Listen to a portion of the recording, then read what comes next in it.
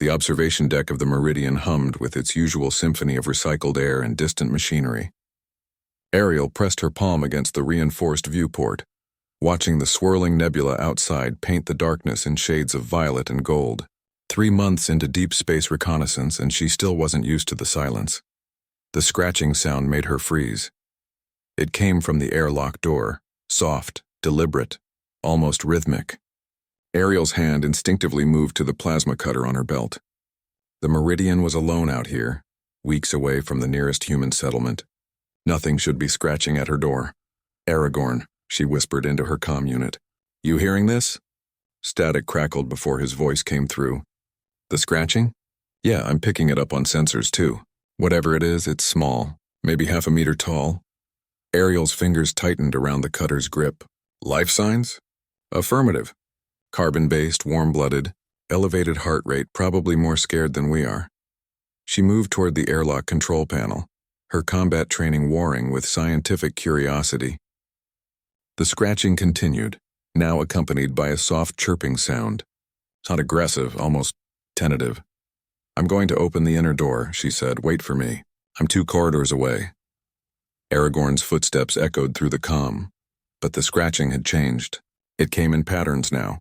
3 scratches, pause, 2 scratches, pause. Then repeated. Deliberate, intentional. Aragorn. It's trying to communicate. When he arrived, breathless and armed with a stun rifle, Ariel had already cycled through the airlock's external cameras. The screen showed a creature unlike anything in the xenobiological databases. It stood on 4 legs covered in iridescent fur that shifted colors with each movement. Large, multifaceted eyes dominated a face that seemed almost feline, though its elongated snout and delicate paws suggested something far more alien. It couldn't have weighed more than 20 pounds. "It's a juvenile," Aragorn breathed, lowering his rifle slightly. "Look at the proportions.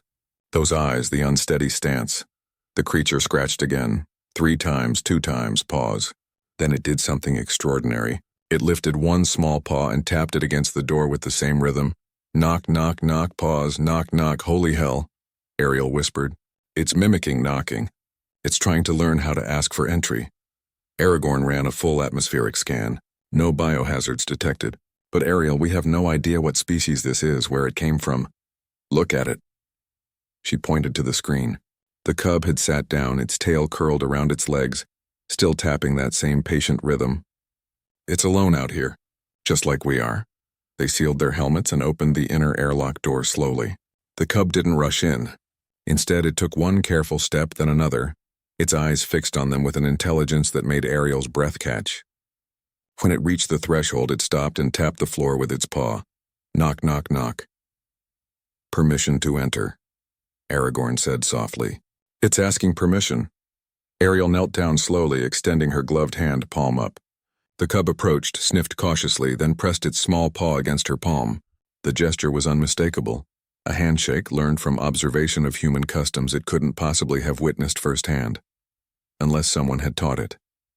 Over the next hours, they discovered more. The cub wore a collar made of organic material that shifted and adapted to its growing body. Embedded within it was a data crystal, human technology, but modified with alien engineering that made their computers struggle to decode it. When they finally cracked the encryption, a holographic figure materialized above the crystal, a woman in a research uniform, her face weathered but kind. "If you're seeing this," the recording began, "then Kessa found you.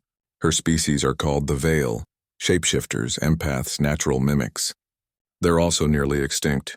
The Kree Collective deemed them too dangerous, too adaptable to be allowed to survive." Ariel felt the cub, Kessa, press against her leg. She reached down instinctively to scratch behind what passed for ears. The hologram continued. "I've spent 5 years teaching Kessa about humanity. Our customs, our compassion, our stubborn refusal to give up on lost causes. The Veil can learn any behavior, adopt any culture, but they needed to learn from the right teachers. I chose humanity because of something a captain once told me. We don't leave anyone behind." The woman's image flickered. "The Kree found my research station.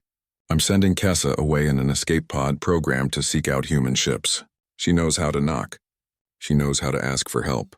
The question is, will you answer?" The recording ended. Aragorn and Ariel looked at each other, then down at the small creature sitting between them.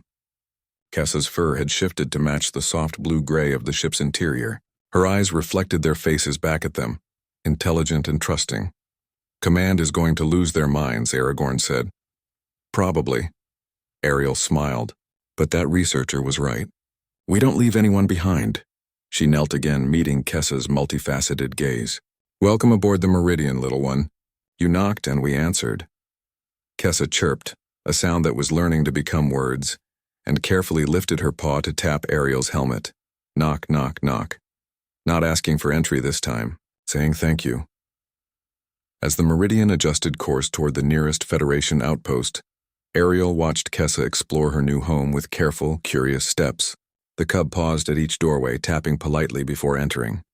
Learning, adapting, surviving. Humanity had always been good at teaching lost things how to thrive. And perhaps, Ariel thought, this small creature scratching at their door was exactly what humanity needed to remember why they ventured into the darkness in the first place. To answer when someone knocked.